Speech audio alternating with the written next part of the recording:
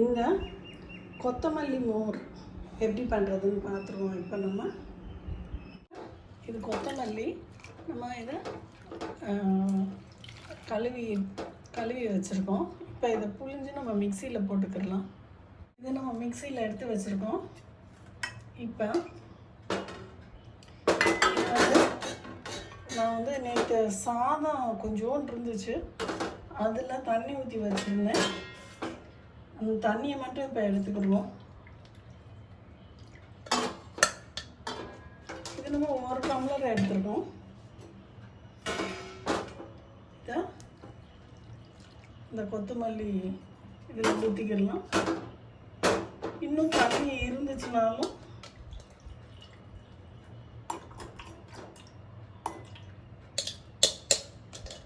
நம்ம கொஞ்சோண்டு இருக்குது, இதையும் நம்ம அந்த கொத்தமல்லியோட ஊற்றி அடிச்சுட்டு வந்துக்கிடுவோம். நம்ம இதுக்கு நம்ம உப்பு கடைசி போட்டுக்கிடுவோம். ஏன்னா கொத்தமல்லியே உப்பு கைக்கும்.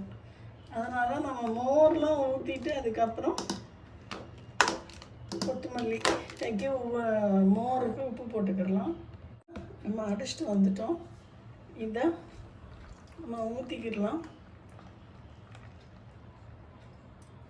தெரியுது?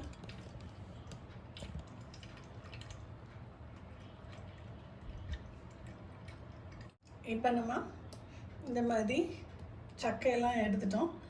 அதனால் நீங்கள் எடுத்து வச்சிடலாம். இதை கீழே போட்டுடலாம்.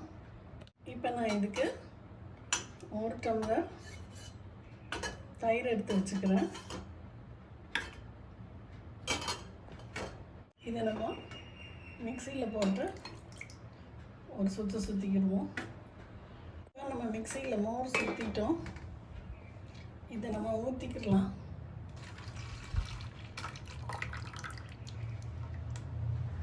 இதில் மிக்சியில் 1 டம்ளர் தண்ணி ஊற்றி இதை ஒரு சுற்றிட்டு ஊற்றிக்கிடலாம். ஊற்றிடலாம்.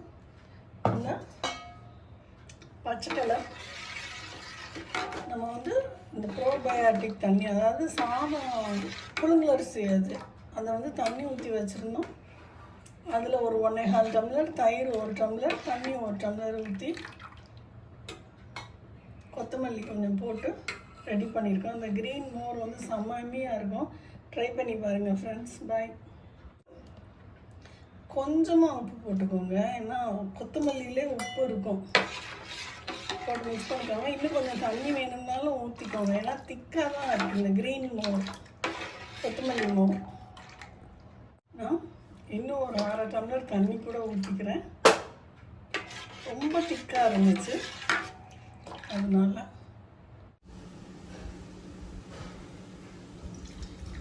இந்த க்ரீன் கலர் கொத்தமல்லி மோர் செம்மையாக இருக்கும். ஏன்னா நம்ம ப்ரோபயாட்டிக்கும் ஊற்றிருக்கோம். ட்ரை பண்ணி பாருங்கள் ஃப்ரெண்ட்ஸ். பை.